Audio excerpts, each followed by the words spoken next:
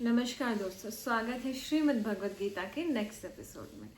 आज हम तीसरा अध्याय शुरू कर रहे हैं जो कि है कर्म योग। पिछला अध्याय बुद्धि योग हमने पढ़ा, उसमें से कुछ डाउट हो गए हैं अर्जुन को। वो श्री कृष्ण से अपने डाउट क्लियर कर रहा है, तो आइए देखते हैं। अर्जुन ने कहा, हे जनार्दन, हे केशव, यदि आप बुद्धि को सकाम कर्म से श्रेष्ठ समझते हैं तो आप मुझे इस घोर युद्ध में क्यों लगाना चाहते हैं। अर्थात अर्जुन का कहना है कि मुझे अगर सिर्फ अपनी बुद्धि श्रेष्ठ करनी है तो मैं काम क्यों कर रहा हूँ, मैं ये घोर काम क्यों कर रहा हूँ। मैं संन्यास लेके एक पर्वत पर बैठ के साधनाएं कर लेता हूँ, ईश्वर की भक्ति कर लेता हूँ, बस सब खत्म, सारे दुख खत्म हो जाएंगे मेरे। तो आप मुझे युद्ध करने के लिए क्यों कह रहे हैं। फिर पूछता है, आपके अनेकार्थ उपदेशों से मेरी बुद्धि मोहित हो गई है, अतः कृपया करके निश्चय पूर्वक मुझे बताएं कि इनमें से मेरे लिए सर्वाधिक श्रेयकर क्या होगा। कि आपने बता दिया अपनी इंद्रियों को वश में करो और सुखी जीवन जियो, तो मैं अपनी इंद्रियों को वश में कर लेता हूँ और सोचता हूँ कि मुझे कुछ नहीं चाहिए, मैं युद्ध करके क्या करूँगा, मुझे तो मन की शांति चाहिए सिर्फ, और उसके लिए तो मैं बिना राज्य करे ही जीवन व्यतीत कर सकता हूँ। तो मैं ये युद्ध क्यों लड़ूँ, मैं हिमालय पर्वत पे जाके अपनी साधना कर लेता हूँ और बात खत्म। तो यहाँ अब श्री कृष्ण उसको जो समझाएंगे तो हम देखते हैं। श्री भगवान ने कहा, हे निष्पाप अर्जुन, मैं पहले ही बता चुका हूँ कि आत्म साक्षात का प्रयत्न करने वाले दो प्रकार के पुरुष होते हैं। कुछ इसे ज्ञान योग द्वारा समझने का प्रयत्न करते हैं और कुछ भक्ति में सेवा के द्वारा। देखिए क्या है, जब हम पढ़ाई करते हैं तो दो चीज़ें होती हैं, एक होती है थ्योरी, एक होती है प्रैक्टिकल। तो सिर्फ थ्योरी पढ़ने से आप उसकी नॉलेज हो जाएगी, लेकिन कुछ लोग सिर्फ प्रैक्टिकल करके उस नॉलेज को भी ले लेते हैं। जैसे गांव में होते हैं, क्या बोलते हैं, अरे इसे काम का हाथ सिखा दे, हाथ का काम सिखा दे, वो इलेक्ट्रिशियन बन जाते हैं, प्लम्बर का काम सीख लेते हैं। तो उन्होंने इंजीनियरिंग तो नहीं की है ना, इलेक्ट्रॉनिक्स की इंजीनियरिंग थोड़ा ना की है जो उन्हें बिजली का सारा काम आ जाएगा। तो मतलब उस थ्योरी नहीं गई, उन्होंने सिर्फ प्रैक्टिकल सीख लिया। तो कुछ लोग क्या करते हैं, कुछ लोग पूरा अपना थ्योरी पढ़ेंगे, कुछ लोग अपने स्वभाव में बदल के प्रैक्टिकल चीज़ों से सीख लेते हैं। इस देसी चीज़ों में क्या कहते हैं, एक पढ़ा हुआ एक कढ़ा हुआ।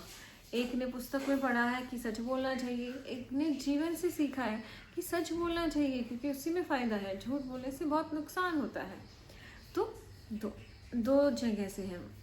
अब ये क्या है ना, अब वो कह रहे हैं कि तू युद्ध कर ले, युद्ध से तुझे बहुत सारी चीज़ें सीखने को मिलेंगी, और तेरा जन्म भी एक क्षत्रिय किससे हुआ है, राइट। अब तेरे भाई बंधु तेरे सामने दिख रहे हैं ना, तो इसीलिए तू युद्ध करने की इच्छा नहीं कर रहा है। वरना जब राज्य बढ़ाना था, राज्य की सीमाओं को बढ़ाना था, तब तुम युद्ध पे युद्ध करने जा रहे थे।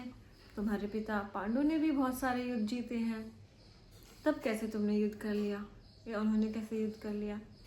तो जो तुम्हारा काम है वो तो तुम्हें करना ही पड़ेगा, उसे बस भक्ति में करना है कि हाँ ये सबके लिए अच्छा है। जो कार्य सबके लिए अच्छा होता है उसे आप कीजिए। जैसे जो ज़रूरी कार्य है वो तो हमें करने चाहिए। अब आप ये बोलेंगे कि पेड़ मत काटो, पेड़ मत काटो, लेकिन पेड़, अभी तो गैस आ गई, पेड़ नहीं काटते, झाड़ियाँ नहीं काटते तो हम बना ही नहीं सकते थे खाना अपना, अग्नि कैसे प्रज्वलित करते हैं। तो ये तो ज़रूरी है, तुम एक अक्षत्रिय हो, तुम्हारा काम ही युद्ध करना है, तो वो तो तुम्हें करना ही पड़ेगा। हाँ उसमें मरेंगे जी, उसमें मरेंगे लोग, तो युद्ध में तो मरते ही हैं लोग, और किस लिए करते हैं युद्ध। तो ये जो कर्म योग है, अब उसकी महानता गाने वाले हैं श्री कृष्ण। उसमें देखते हैं हम आगे कि न तो कर्म से विमुख होकर कोई कर्म फल से छुटकारा पा सकता है और न केवल संन्यास से सिद्धि प्राप्त की जा सकती है। देखिए, हमारे जो हमारा जीवन है या जो हमारी आजकल परिस्थितियाँ चल रही हैं, उसमें क्या लोगों ने सोचा है कि संन्यास लेना मतलब कर्म करना छोड़ देना। क्योंकि जब भी आप काम करते हो तो अच्छा बुरा उसमें काम होता है, उसका फल भी मिलेगा। तो अगर फल मिलेगा तो हम फिर से जिंदा जन्म लेते रहेंगे। तो जन्म मरण के बंधन से छूटने के लिए काम छोड़कर संन्यास ले लो और ओम ओम ओम ओम ओम बोलते रहो। नहीं, ऐसा नहीं हो सकता है। और ऐसा भगवान ने हमें बताया भी नहीं है कि आप अपने सारे काम छोड़कर सिर्फ मेरी भक्ति में लग जाओ। लेकिन सारे काम करते हुए भी हम भक्ति में लग सकते हैं। आप कुछ भी काम कर रहे हो तो उसमें तो आपको आपके दिमाग में तो कुछ चलेगा ही ना। तो उस टाइम में सिर्फ भगवान को याद रखना है। हर कार्य को ये सोचना है कि मैं किसी को दुख ना पहुंचाऊं, और बस ये सोच के करना है कि मैं ईश्वर के लिए कर रहा हूँ, बस ईश्वर को पाने के लिए कर रहा हूँ। अब जो मैं से वीडियो बना रही हूँ तो मैं अपना स्वाध्याय करने के लिए वीडियो बना रही हूँ। मैं अपना स्वाध्याय करती हूँ किस लिए? ईश्वर प्राप्ति के लिए। आप भी वीडियो सुन रहे हैं किस लिए? ईश्वर प्राप्ति के लिए, ताकि आपको ज्ञान हो जाए और उस ज्ञान को अपनी ज़िंदगी में ला के आप ईश्वर के करीब हो जाएं। तो जो भी हमें कार्य करना है वो ईश्वर को समर्पित करते हुए करना है, राइट? तो कृष्ण जी क्या कह रहे हैं? न तो कर्म से विमुख होकर कोई कर्म फल से छुटकारा पा सकता है और न केवल संन्यास से सिद्धि प्राप्त की जा सकती है। अर्थात आप ये सोच लोगे कि ना मैं कोई काम ही नहीं करता तो मैं कर्म फल से छुटकारा मिल जाएगा मुझे। जब मैं कुछ काम ही नहीं करूँगा तो मुझे उसका फल कैसे मिल सकता है? लेकिन ऐसा हो ही नहीं सकता है कि हम कोई काम ना करें। हम इस जीवन में आए हैं, हम उत्पन्न हो गए हैं, हमने जन्म ले लिया है, तो हम कोई ना कोई कार्य जरूर करेंगे। ऐसा हो ही नहीं सकता कि हम कर्म किए बिना रह जाएं। तो जब हमें कर्म करना ही है तो हम अच्छा करें, भगवान को समर्पित करते हुए कर्म करें अपना, ठीक है?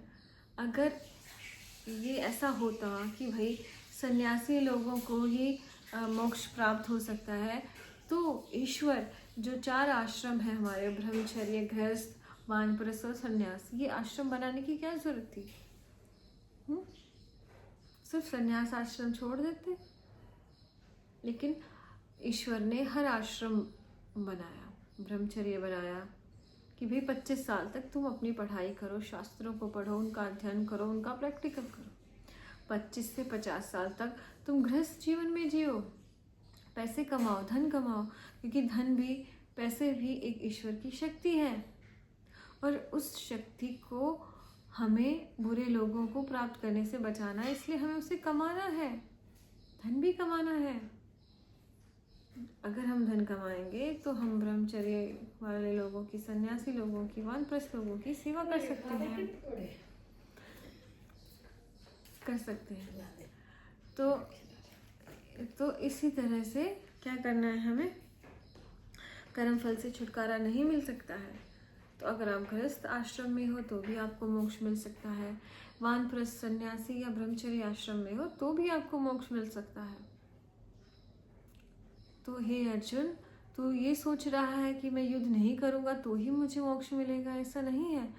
तू युद्ध करेगा तो भी तुझे मोक्ष मिल जाएगा, पर तुझे युद्ध क्यों करना है वो सोचना। तेरी जो इंटेंशन है, तेरे अंदर का जो भाव है, वो बदले की भावना नहीं होनी चाहिए। उसे तू त्याग भावना से ही कर्म करना है तुझे। जो दुर्योधन है, उसकी दुष्ट आत्मा जो है, उसके दुष्ट जो व्यवहार है, सोच है कि पांचाली को भरी सभा में नंगा कर देते हैं।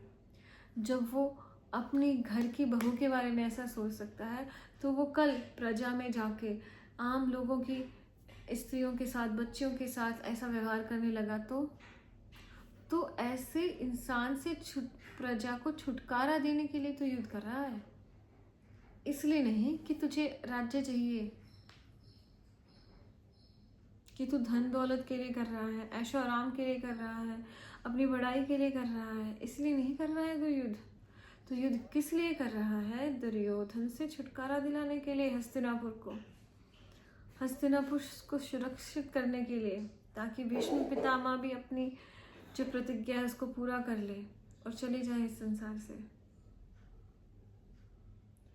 तो जो हम कार्य करते हैं उसकी इंटेंशन हमारी अच्छी होनी चाहिए, उसके पीछे का जो भाव है वो हमारा अच्छा होना चाहिए।